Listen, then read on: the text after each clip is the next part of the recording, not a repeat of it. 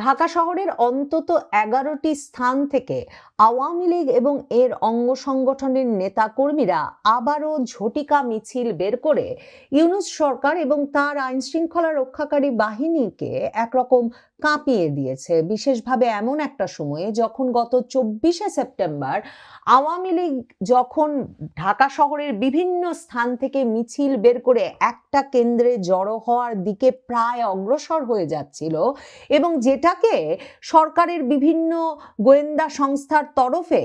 আওয়ামী লীগের ঢাকা দখল করে নেওয়ার প্রধান এবং প্রথম একটা সফল উদ্যোগ হয়ে পড়তে যাচ্ছিল বলে অভিহিত করা হচ্ছে, যেখানে প্রায় লাখখানেক লোকের তারা সমাবেশ ঘটিয়ে ফেলার পরিকল্পনা নাকি করেছিল। ওই দিনে মানে 24শে সেপ্টেম্বর যখন আওয়ামী লীগের অন্তত 244 জনকে পুলিশ গ্রেফতার করে ফেলে একটা মিছিল সংগঠনের জায়গা থেকেই, ফার্মগেট থেকে পুলিশ এবং সেনাবাহিনী মিলে, এবং সেই 244 জনকে জিজ্ঞাসাবাদ করে হেফাজতে নিয়ে নানা রকম প্রশ্নের মাধ্যমে যখন পুলিশ এবং আইন শৃঙ্খলা রক্ষাকারী বাহিনী ভাবছিল যে তারা হয়তো আওয়ামী লীগ এবং এর অঙ্গ সংগঠনের মিছিল সাজানোর এবং মিছিল রাজপথে নামিয়ে ফেলার যে নেটওয়ার্ক সেটা একরকমের ভেঙে দিতে সক্ষম হয়েছে, তখন এই সপ্তাহ তিনেকের মাথায় আওয়ামী লীগ আবারও ঢাকা শহরের বিভিন্ন জায়গায় একত্রে নানা সময়ে দিনের নানা ভাগে দিনে দুপুরে প্রকাশ্যে যানজটের মধ্যে জনসমাগমের মধ্যে মিছিল বের করে নিয়ে আসে এবং এর ফলে স্বাভাবিকভাবে আবারও ইউনূস সরকার এবং তার আইন শৃঙ্খলা রক্ষাকারী বাহিনী একরকম নড়ে চড়ে বসেছে। দেখেন, আওয়ামী লীগ যেই জায়গাগুলোতে মিছিল করেছে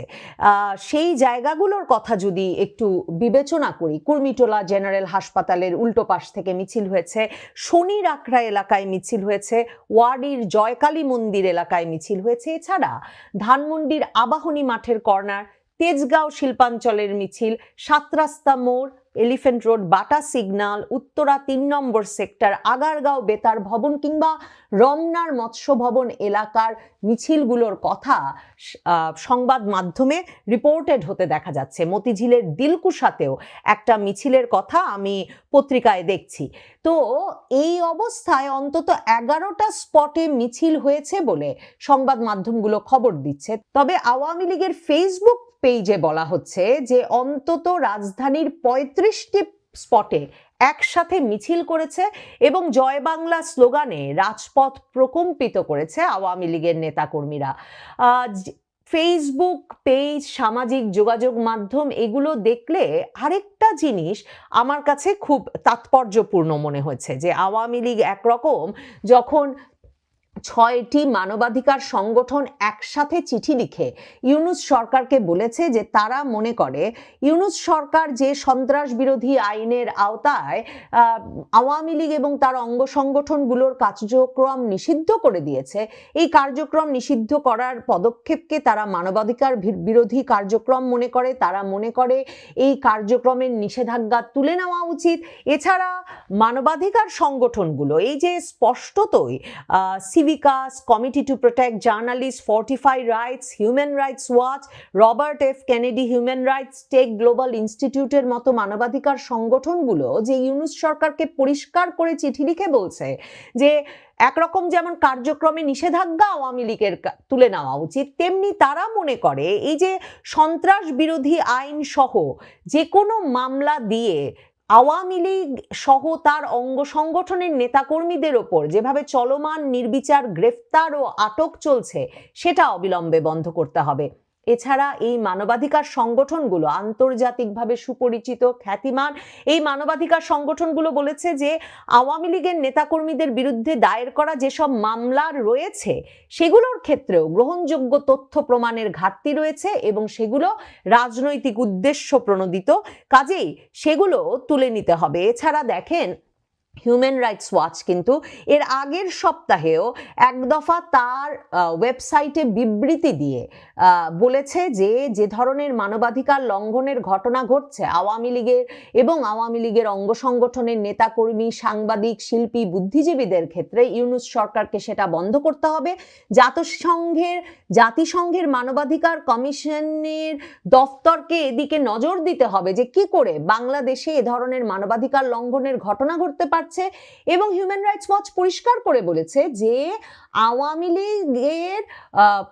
নির্বাচনে অংশগ্রহণও নিশ্চিত করতে হবে, কারণ রাজনীতিতে নিষিদ্ধ করে নির্বাচন থেকে দূরে রাখাকে তারা মানবাধিকার বিরোধী তৎপরতা বলে মনে করে। দেখেন, এসব চাপের মধ্যে আওয়ামী লীগ যখন আবারও মিছিল নিয়ে রাজপথে বেরিয়ে এলো, তখন আওয়ামী লীগের ফেসবুক পেজে গেলে যেটা খুব তাৎপর্যপূর্ণ বলে আমার মনে হয়েছে সেটা হচ্ছে যে দলটি এই এত প্রতিকূলতার মধ্যেও যে সংগঠিত হয়ে চলেছে তার প্রমাণ মেলে এই মিছিলগুলোতে। শুধু মিছিল বের করেছে বলে নয়, দলটি রীতিমতো চিহ্নিত করছে এখন যে কোন মিছিলটি কোন সংগঠন বের করেছে, মানে কোন এলাকায় স্বেচ্ছাসেবক লীগ বের করেছে, কোন এলাকায় ছাত্রলীগ বের করেছে। শুধু তাই নয়, আসন ভিত্তিক মিছিলের আয়োজন করছে রাজধানীতে আওয়ামী লীগ এবং এর অঙ্গ সহযোগী সংগঠনের নেতাকর্মীরা। যেমন ফেনী এক আসনের আওয়ামী লীগ এবং অঙ্গ সহযোগী সংগঠনের উদ্যোগে রাজধানীতে বিক্ষোভ মিছিল হয়েছে, তার ভিডিও দেখা যাচ্ছে। শেরপুর জেলা ছাত্রলীগের নেতাকর্মীরা বিক্ষোভ মিছিল করেছেন। এরপর দেখা যাচ্ছে ঢাকা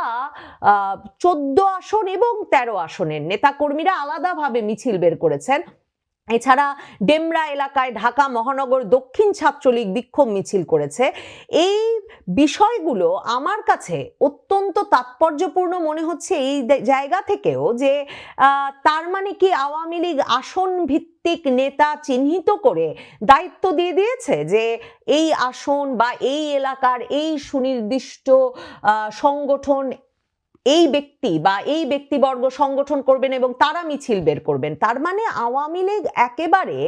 তৃণমূল পর্যায়ে সংগঠিত হচ্ছে। শুধু সেটা নয়, ঢাকা মহানগর পুলিশ যেটা বলছিল গত কয়েক মাস ধরে, যখন কিছুতেই তারা আওয়ামী লীগের মিছিল সামাল দিতে পারছিল না এবং যখন আওয়ামী লীগের মিছিলগুলো বড় হয়ে উঠলো অনেক আকারে, তখন মনে করে দেখুন